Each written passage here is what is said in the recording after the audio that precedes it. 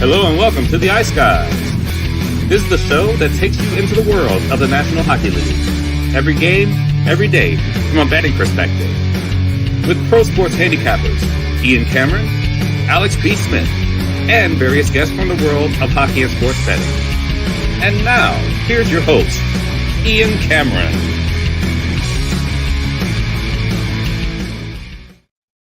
Welcome to the Ice Guys, Monday, March 18th, presented by Boston Hemp Inc. Ian Cameron, Alex B. Smith, of course, still away in Chicago with Mom, where he'll be probably till Thursday is the date. He's hoping to be back on the show this week. And again, we continue to give Alex's mom our best wishes and thoughts and prayers. In the meantime, it's yours truly, Ian Cameron, on this Monday, and Brett Skalski was with us every Monday.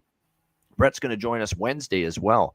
This week at 2 p.m. Eastern for a bonus appearance. But Brett, first off, let's wish your team congratulations. As you said before the show started to me, that the girls have punched their ticket to the Nationals, one step closer to the ultimate goal, right? Yep. And right now we're just kind of waiting on two of the other districts to round up, finalize, but it's looking like we're going to go in as a 5 seed too. So we've got a good shot to do some damage a couple weeks. No doubt. Do you change your coaching tactics when you go from just this regular season to the playoffs, or no, it's just, keep everything the same. Don't disrupt the course, keep everything as is. The players are comfortable that way. That's probably what most coaches do too in the pro ranks as well, I would assume. Just don't change anything. Just don't make it bigger than it is. No, the only thing we'll really do is just maybe add a couple extra video sessions, but nothing overkill. Yeah, no doubt. Talk to me about this little. We had a little thing back and forth here that we were talking. We got it's crazy, a isn't it? Going. There's a connection with you and Matt Robinson because you and him both, played with a certain person or people. Like, talk about that. That was amazing. It's batshit crazy. Well, and you pointed out that one of them had been on the show. Whatever, a couple years ago or a couple Ben months Bauer. ago. Yeah. Ben Bauer. He was a guest of ours once, just one time. And it's my fault because I haven't asked him to come back. And it's just, they're so busy and he can't just get back to everyone. There's someone that slips through the cracks and you forget to reach out to. And he was one of them. But he was on the show 2 years ago during the playoffs in 2022, Ben Bauer. Yeah. It's funny. Now I finally reached out again and said, we got to get a reunion on the Ice Guys show with you and Matt Robinson going. That's funny because I didn't know. I see Ben almost every day. And you, for that matter. We'll have to get all three of you on one show, yeah? It's weird. I see Ben like every day. He's one of those guys. We live close together here. He's one of those guys that we skated together every summer when we were home from school or from juniors or whatever. So I've known Ben for a while. And I guess he was roommates with Matt, who also knows some kids that I played with, some guys that I played with when we were kids, when we were younger, youth days. So yeah, it's a small world. It's nuts. And you're and the funny thing is how small world it is. You're a Pennsylvania guy. You spent most of your time there, Northeast. Matt Robinson's a Texas/Nevada guy, down in the southwest part of the U.S. And yet here you go. You got this connection here with these mutual connections and mutual friends and mutual former teammates. It's pretty right. And the one guy that started it was a guy I played college with that Matt plays men's league with now. Yeah. Out in Reno Reno, I think. Yeah. Reno Ice Raiders. Apparently he's if you see some of the highlights of the game on Saturday, ripping it up a little bit there, Matt, actually, for the Reno Ice Raiders. But Senior A, defense is optional. And I know for a fact that that's the case in most senior men's leagues because we got the team here just in my little town outside of Hamilton, the Real McCoys, the Dundas Real McCoys, and they're in like 8-7, 7-5 games most nights. It's tough on the goaltenders in Senior A hockey. They don't get enough. We're too old for back checking now. No. Hang your goalies out to dry is the motto for senior hockey these days, the senior leagues. Good stuff. Speaking of good stuff, Sunday, St. Paddy's Day. So we had ourselves more than a few pints, even though it was mostly a work day for me because it was the selection Sunday. That's about the worst time that St. Patrick's Day could fall. Couldn't even, do the usual, go to a bar and hang out and just do the old St. Paddy's Day festivities with buddies of mine. Couldn't do it. Not on Selection Sunday. Can't do it. And we got to be anchored at the Mission Control here at the home base and, watch the teams get selected. You got to get your power ratings in order. You got to be able to attack the opening lines when they get posted for these tournament games. But that's about the worst day that St. Patty's Day could fall on is Selection Sunday or on an NCAA tournament day. But it is what it is. We still threw back a few pints and we still enjoyed the day. The college basketball, of course, was scintillating to get the tournament field announced. But from a hockey's perspective, yep, there's some entertaining games yesterday. And more importantly, it was a good, profitable day overall in the NHL. It started with the Rangers and the Islanders, the Battle of New York. The draw bet doesn't hit, but the bet that I had a little bit more on was the over 5.5. We just talked about it, how it was 3 straight overs in the head-to-head series.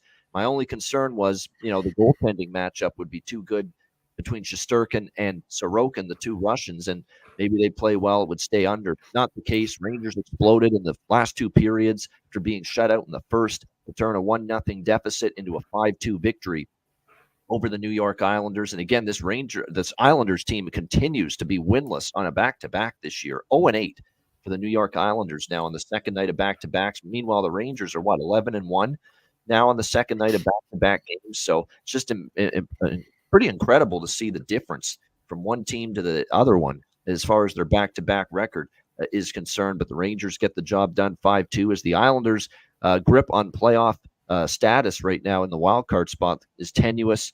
The Vegas Golden Knights eventually break the wall that is Jake Allen and beat the New Jersey Devils 3-1. He was terrific. I mean, especially in the first 2 periods. He played a heck of a hockey game for the Devils, kept them in it. In fact, New Jersey's first goal, but then the Golden Knights quickly answered in the third period, and then they added another, and then the empty netter to eventually beat the Devils 3-1. They deserved to win. They definitely outplayed the Devils, and Jake Allen, though, did his best to keep them in it, and that's 2 pretty good starts for him as a member of the New Jersey Devils. But again, the Devils offense can't find it with a telescope right now on the ice. This New Jersey team suddenly having some problems scoring goals and finding the back of the net. Again, just 1 goal. That's not going to cut it in a 3-1 loss to the Vegas Golden Knights.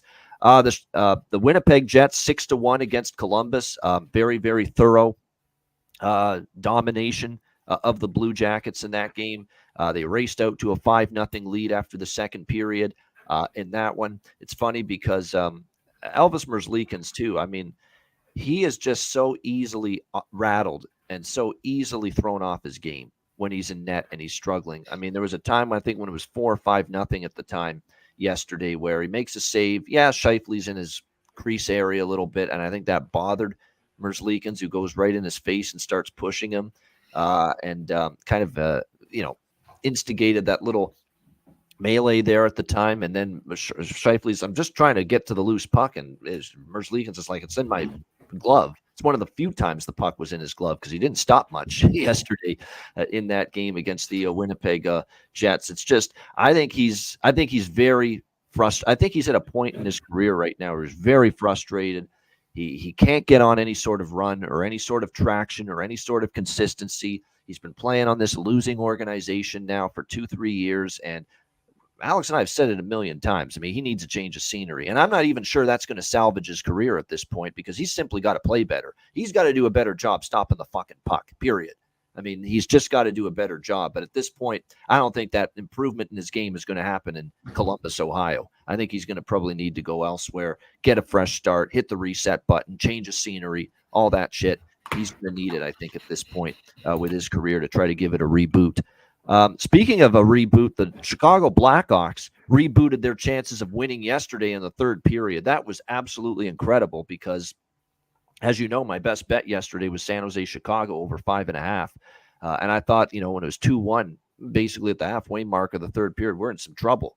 And then all of a sudden, the Rubik's Cube, that is Devin Cooley, the debuting starting goaltender for the San Jose Sharks, making his first ever NHL start. The Rubik's Cube was solved by the Chicago Blackhawks.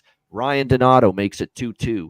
Then a minute 12 later, Kevin Korchinski gives the Blackhawks a 3-2 lead. 11 seconds later, Joey Anderson makes it 4-2. A 3-goal explosion to turn a 2-1 deficit into a 4-2 lead in just a minute and 23 seconds. And it completely turned that game right around. And then Connor Bedard seals it into the empty net. So if anyone got 6 instead of 5.5, You ended up cashing as well, thanks to that Connor Bedard empty net goal with 1 second left. So 5-2 Chicago. They get the victory over San Jose.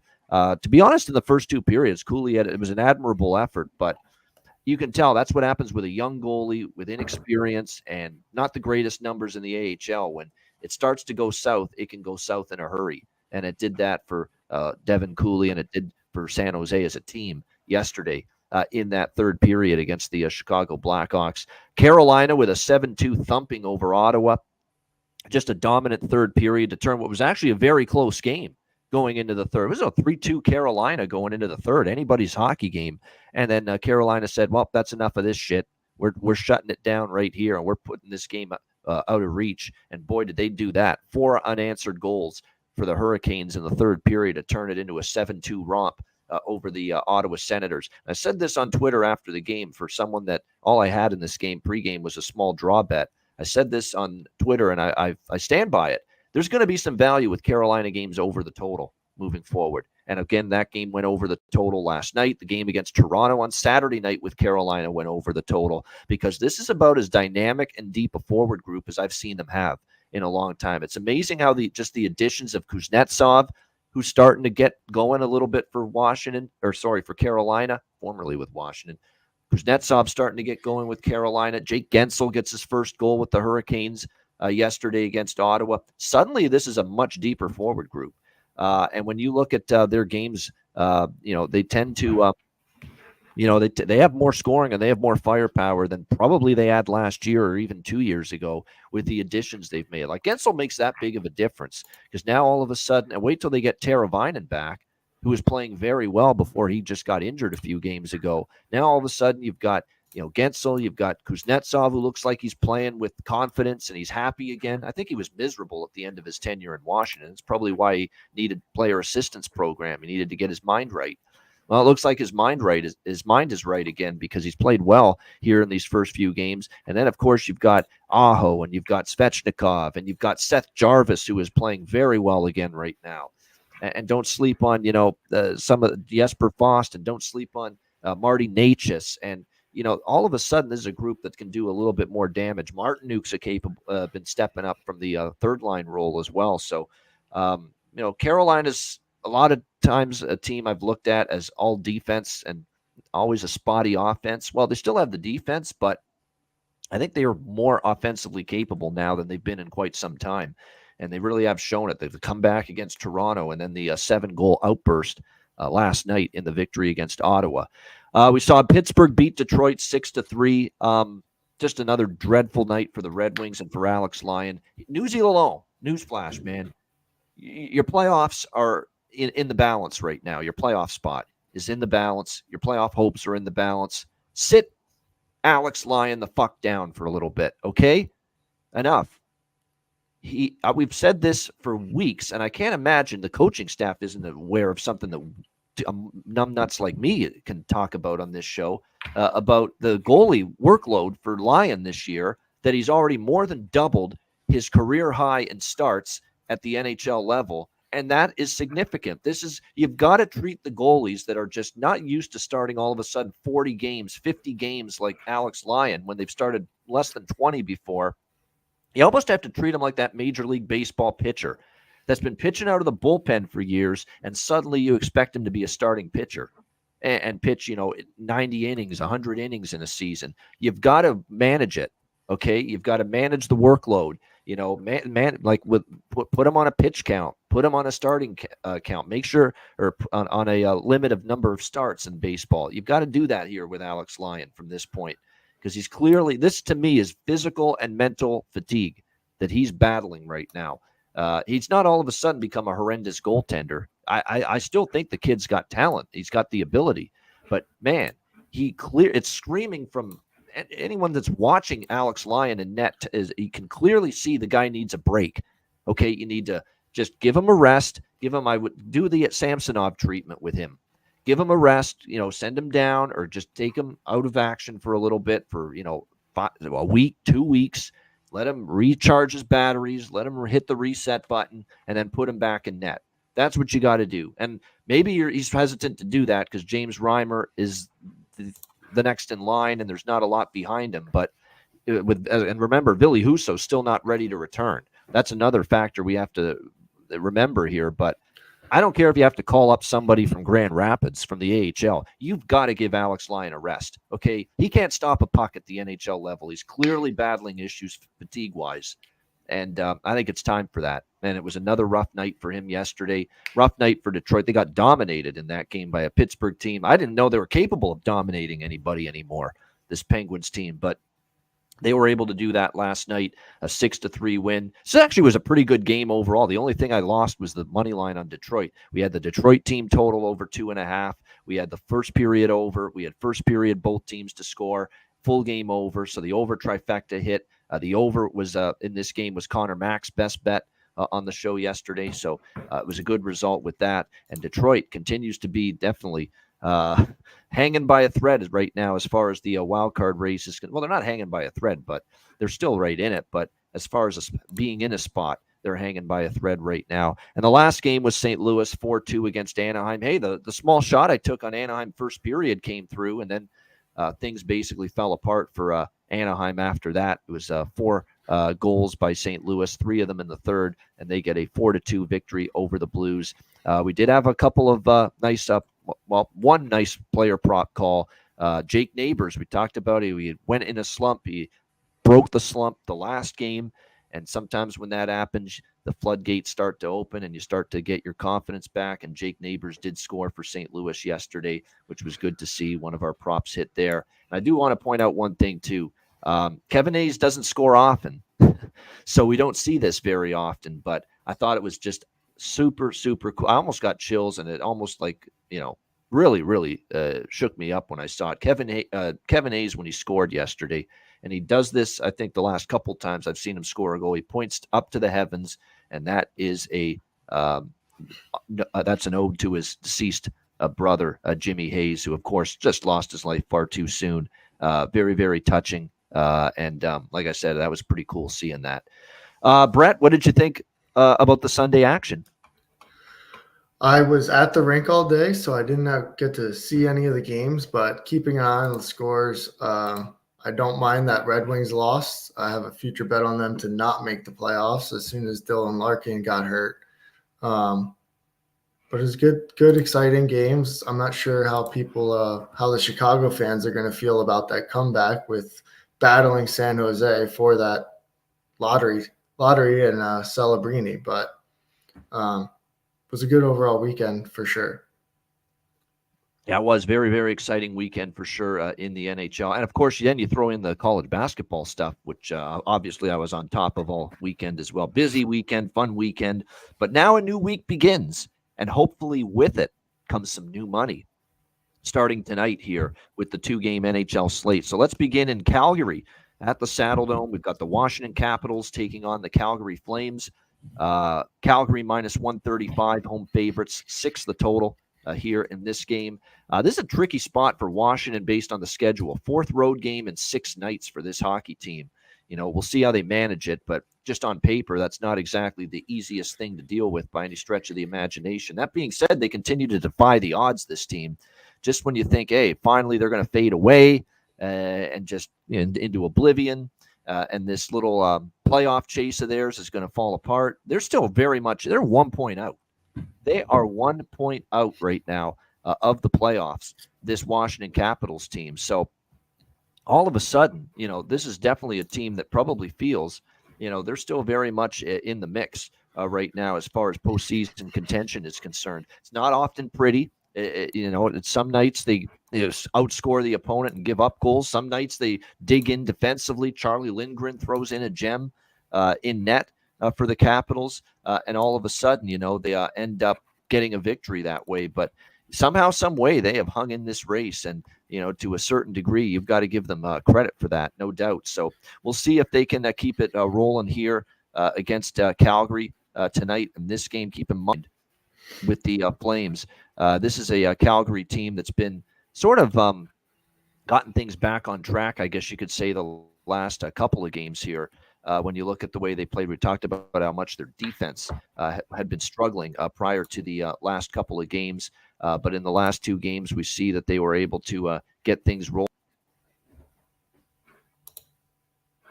Uh-oh. We'll hold tight. He'll be back.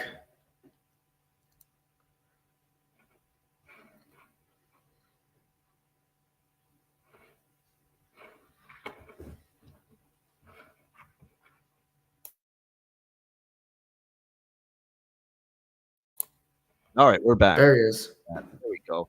Yeah. So what I was saying with Washington is, look, they keep finding a way to get the job done, and they got to give them credit. Like, they're still only 1 point out of the playoff. Calgary, meanwhile, we talked about their defense was really struggling for a good chunk of that road trip, but they get back home and they play better, at least defensively, against Vegas. Although, as I said before, Vegas was terrible in that game. And even Montreal, Dustin Wolf comes in, plays well, hold the Montreal Canadiens to 2 goals. So, all of a sudden we've had a little uprising here and a little bit of a step backward with this little theory of mine of taking the team total over against Calgary every game. We'll see how they fare here tonight. Washington has struggled a little bit to score. They haven't topped 2 goals in 4 straight games.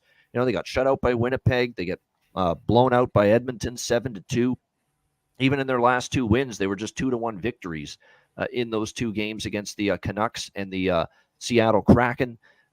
You look at this series history, Washington won in a shootout earlier this season, 3-2.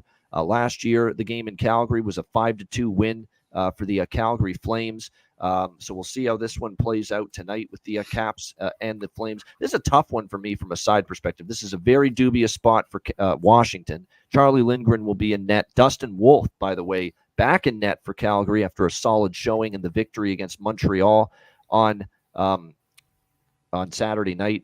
Calgary's gone over the total, by the way, 8-1-1 in their last 10 games.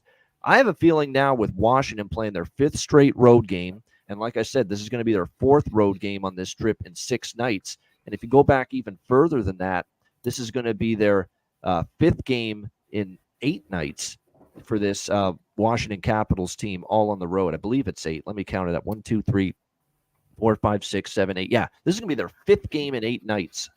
All of it on the road here for the Washington Capitals. So I'm going to sprinkle on the draw because it's a classic draw scenario where you've got Washington in the East, Calgary in the West. Both teams need points, but neither team cares about the other team getting points. So if it takes overtime or a shootout to solve this game and get a winner, both teams will be okay with that.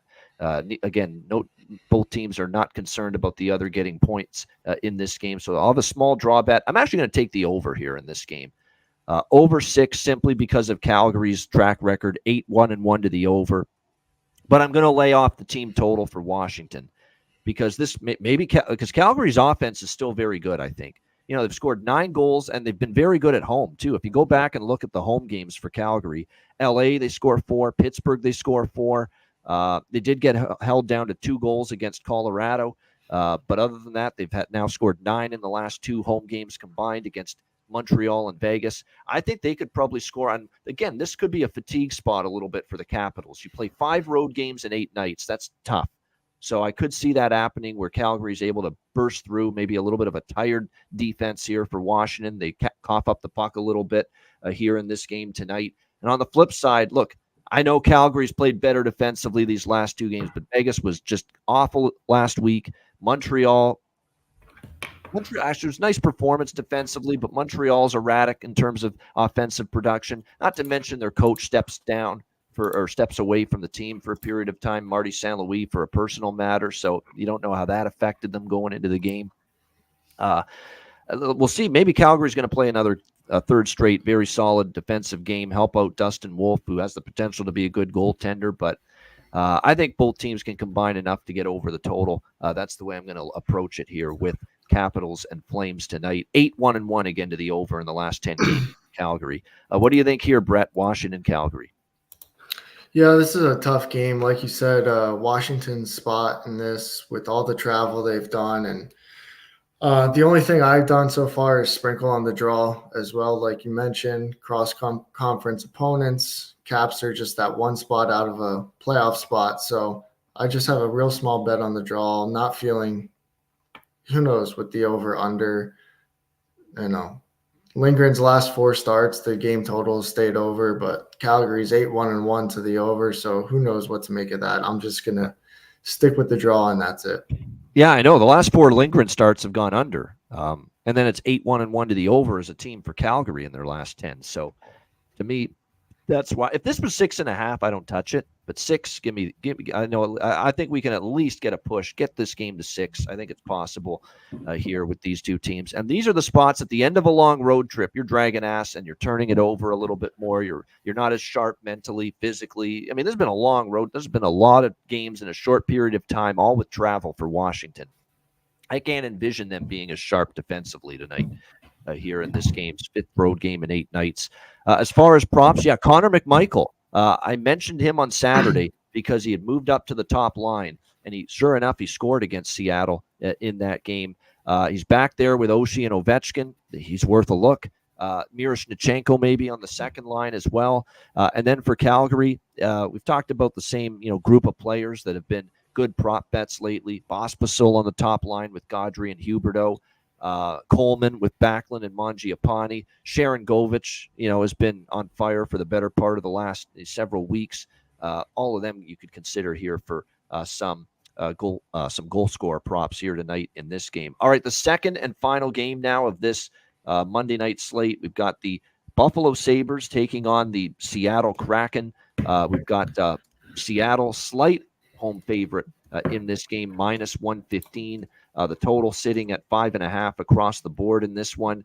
I don't like what I see from Seattle right now. Not one bit. It's a team that's, I think, stick a fork in them. They're done. I think we're pretty much at that point with the Seattle Kraken. This last week of games has been absolutely disastrous for them as far as the playoff chase is concerned. They blew it against Vegas, a game they had in their back pocket in that game, and they lost in overtime. They should add 2 points, and instead they got nothing out of it. And they end up losing to Washington in their neck. A Washington team on a back-to-back on the road, and Seattle loses to them at home and only scores 1 goal. That's a bad loss, too.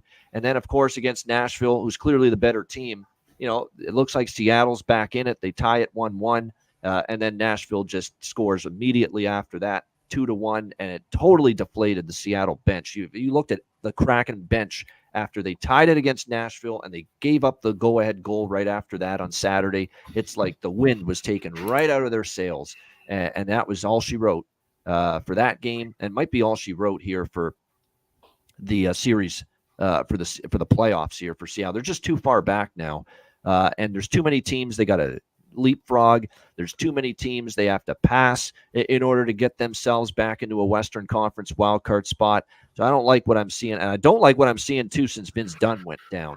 If you look at Seattle's record since they lost Vince Dunn to injury, he's been out 5 games now for the Seattle Kraken. Other than a win against Winnipeg, they've lost every other game. They're 1-4 in the last 5 games without Vince Dunn in the lineup. They miss him badly. The puck movement, up the ice, getting the rush going. He's better than you would think defensively. He's really improved at that end of the ice, even though people think of him as a puck mover, a puck carrier, an offensive-minded defenseman with great offensive instincts. To me, it's just Seattle has really, really struggled to get any sort of offense going consistently since he's been out. The numbers bear that out. They get shut out by Winnipeg. They only give up. They did score 4 against Vegas. That should have been enough, but they collapse in the third and they lose. And then the last 2 games, you get held to 1 goal on your home ice, in losses to Washington and Nashville. So it's been a rough go here for this Seattle Kraken team. We'll see if there was some talk that maybe Vince Dunn could be back tonight, but I haven't heard any update to the contrary. Joey Decord, by the way, is confirmed in net here for the Seattle Kraken tonight in this game. And very interesting development that Devin Levi has been called up from Rochester back with the Sabres. And there is a chance that they give Ukko-Pekka Luukkonen, who's been very good lately, they give him a rest, and they might give Devin Levi his first start back with the team since January 24th, the last time we saw him. Now, his overall NHL numbers this year with the Sabres, 9-7, 3.3 goals against, .891 save percentage. Nothing to write home about. But remember Joe Woll for Toronto. He had that AHL run, comes back to the big club, and he played great. Devin Levi's last start for the Rochester Americans on Friday night before he got called up, he looked as good as he has at either level this year. 41 shots he stopped, and it was a 5-2 win for Rochester in that game. So very interesting to see, again, how it plays out here for the Sabres. And because they play Vancouver tomorrow night, I'm thinking Devin Levi is going to get that start. And they like this kid. They want him to succeed. And Buffalo's coming off that 4-1 setback against Detroit on Saturday. I think they walked into a situation where Detroit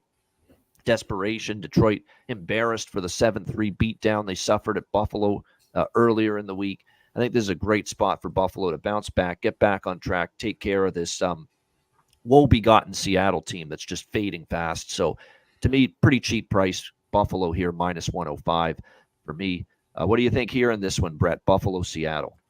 Yeah, I have a couple plays here. I'm on Buffalo small, like you said, but I'm also going to sprinkle on the draw just because Buffalo is going to be looking to pick up points any way they can. Same as Seattle, even though I think they're too far to catch up from anyone. And the last thing I have is I'm going to have the Seattle Kraken team total under 2.5 at +130.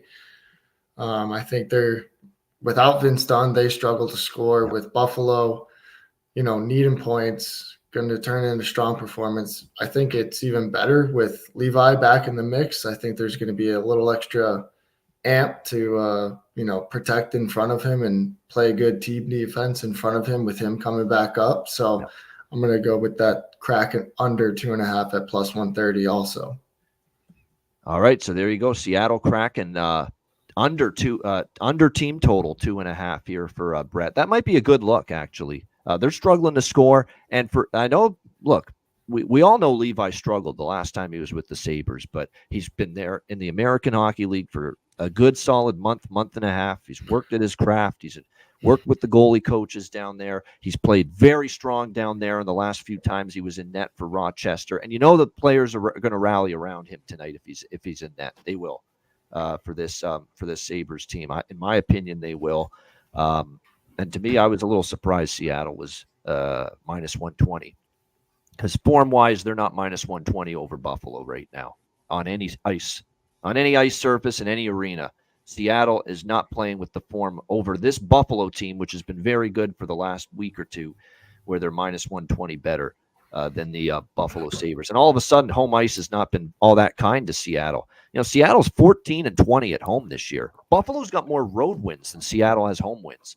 So for all this talk about Climate Pledge Arena being this great home ice advantage for Seattle, it has not played out that way as far as wins and losses is concerned. For props tonight, I'm not totally sold on this being a high-scoring game. I think it could go either way as far as the total is concerned. And certainly Seattle, you look at their recent games, they've been heavy under the last few games. 3 of their last 4 have gone under, including the last 2 home games. And as far as, like I said, the props here, for tonight, Dylan Cousins interested for that. Bowen Byram, I still think props for him. I know he didn't cash in on Saturday against Detroit, but still he's been good, racking up points, goals, assists. His props certainly still have plenty of value, in my opinion, on the Sabres side of the equation. And then it's hard to find anybody that you can count on right now offensively for Seattle. But if I were to go with a couple of players, I'd go Burakovsky for Seattle, 3 goals in the last 5 games, and the other is Oliver Bjorkstrand, who continues to be probably one of their better offensive players, one of their better forwards the last 6 games or so.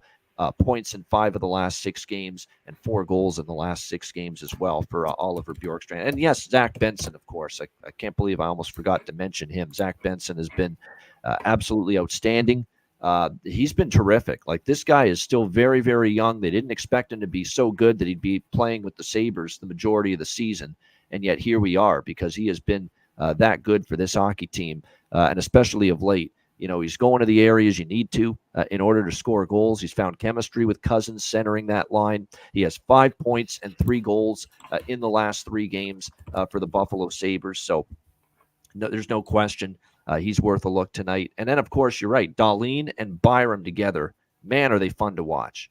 They've got this. It's amazing how they've just played a handful of games together as a defensive pair, and already the great chemistry they've got on that blue line right now for the Sabres. Fun to watch. And if you're the Sabres, you've got these three cornerstone pillar of strength blue liners that are going to lead you, hopefully, to better, more prosperous things in the future when you're talking Bo Byram, Rasmus Dahlin, and Owen Power. Think about having those three defensemen now long-term for the Buffalo Sabres, and that definitely has you feeling optimistic, I think, about the long-term possibilities for this Buffalo blue line. All right, great stuff. That is the Monday card. Shout out to everyone in the chat. Hit the like button. We appreciate it very much.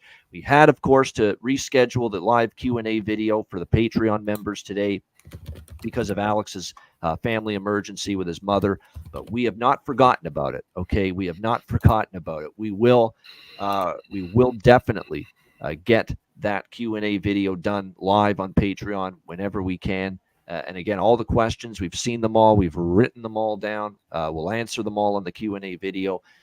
We were going to do it today with a light card, but unfortunately, circumstances dictated otherwise. So again, we will get that rescheduled. Speaking of Patreon, make sure you sign up and subscribe. Patreon.com/IceGuys, just $10 per month. Patreon exclusive live betcasts. We will have a bunch more in April and beyond. Our daily sides, totals, and player props are posted there on the Patreon page each and every day. Goalie charts, totals charts, and other bonus content as well. So make sure you sign up and subscribe for just $10 per month at patreon.com/IceGuys. And again, your subscription will go a long way to keeping the show going long term. Patreon.com/IceGuys, just $10 per month. And our next live betcast, this one is public, free for all, Tuesday, March 26th, 7 p.m. Eastern time. And we are looking forward definitely to that game. Coming up next Tuesday, March 20th, or that betcast next Tuesday, March 26th. It's a very good slate that night. A lot of good games. We're looking forward to it. Everybody's invited. And if you want to join us on the betcast next Tuesday, March 26th, a DM or email me or Alex for a spot on the betcast, and we will definitely send you the link for it before it begins. And of course, the Ice Guys store. Get your gear and your merch every day over at iceguys.myspreadshop.com. All right, it is time for Bargain Bin Special of the night and Best Bets coming up in just a moment, right after we hear from our great sponsors, Boston Hemp.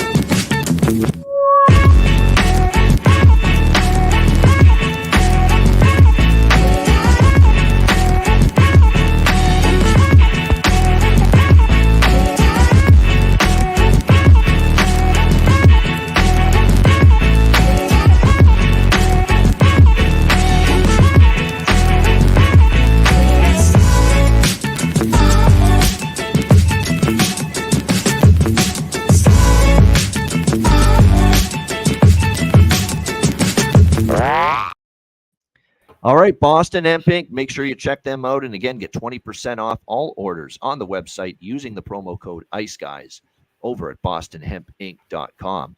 All right, it is time for a bargain bin special of the night.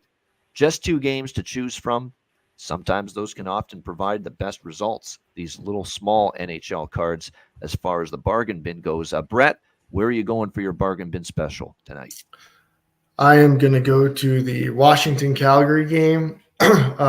With this game being so crucial for Washington, looking for points any way they can. I'm going to be looking at Connor McMichael at plus 320 to score a goal. Playing on that top line, I think Carberry is going to run that top line into the ground if they're looking for goals late in the game. So I expect a lot of ice time for him and Ovechkin, and I think he'll be able to get on the board. So Connor McMichael plus 320. Good pick. I think it's live. It's a good one. Connor McMichael, Washington Capitals, plus 320 for Brett Skalski for his bargain bin special of the night. And funny you mentioned that in the chat there, IceX. UPL is expected to start tonight, was seen in starters net at the morning skate for the Sabres, which is probably going on right now as we speak, because it's like 11 a.m. out there, West Coast Pacific time. So, and my RotoWire screen just changed from Devin Levi expected to Ukko-Pekka Luukkonen expected. So it sure looks like UPL is going to start tonight for Buffalo against Seattle, and maybe we'll see Levi tomorrow in Vancouver against the Vancouver Canucks instead. Speaking of Buffalo and speaking of the bargain bin, that's where I'm going for bargain bin special of the night for this Monday slate. And I'm going to go back to the well with, I can't believe the price is this for this guy, Zach Benson, the teenage wonder for the Buffalo Sabres, who is tearing it up here the last 3 or 4 games. And you can find plus 550 at FanDuel, PointsBet, BetMGM. All of those books have plus 550 for Zach Benson of the Buffalo Sabres tonight to find the back of the net. That is definitely player prop value worthy of bargain bin special of the night status. Zach Benson, Buffalo Sabres, plus 550 for my bargain bin special of the night. All right, it is time for best bets for this Monday NHL slate. Brett, we'll start with you. What do you like for best bet? I'm going to stay with the game Ian has his bargain bin in and go with the Buffalo-Seattle game. I'm going to make my best bet the Seattle team total under 2.5 at plus 130. Even with the change from Levi to Ukko-Pekka Luukkonen, I think that just shows how crucial these points are for Buffalo, that they want this win and they're going to be shutting the door in front of UPL. So I'll go Seattle team total under 2.5 at plus 130. All right, Seattle Kraken team total under 2.5 in this game, and shop around. You can get pretty good price still at that. Like under 2.5 is plus 130, plus 140 even in some spots. So you get a pretty good price. And again, sometimes you really got to sweat if you're going to bet a team total under 2.5 sometimes. But we are talking about a Seattle team that has scored just once in each of their last 2 home games, losses to Washington and Nashville. So they've been in a drought, and Brett thinks the drought will continue tonight. Seattle team total under 2.5 for his best bet for this Monday slate. My best bet, same game, but I'm going to go Buffalo money line.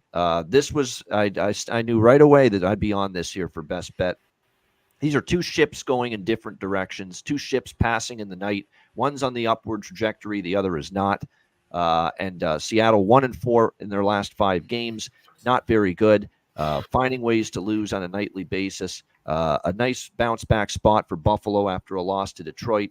All the makings of a reasonable price to back the better team and the team in better form at the moment. The Buffalo Sabres plus 104. That is going to be my best bet for this Monday NHL card. That'll wrap up this edition of the Ice Guys. Thanks to everyone for joining us. Hit the like button on the way out. We appreciate it very much. A reminder, the Ice Guys is live 7 days a week, Monday to Friday, 2 p.m. Eastern, Saturday and Sunday, noon Eastern. If you can't watch the show live, download the Ice Guys podcast in audio form on all major podcast platforms, Google Podcasts, Apple Podcasts, Spotify, Stitcher, iHeartRadio, Amazon Music, and more. Download the Ice Guys podcast when you can't watch the show live. For Brett Skalski, I'm Ian Cameron. Have a great Monday night. Enjoy the games and good luck, and we will be back with you tomorrow on Tuesday for another edition of the Ice Guys.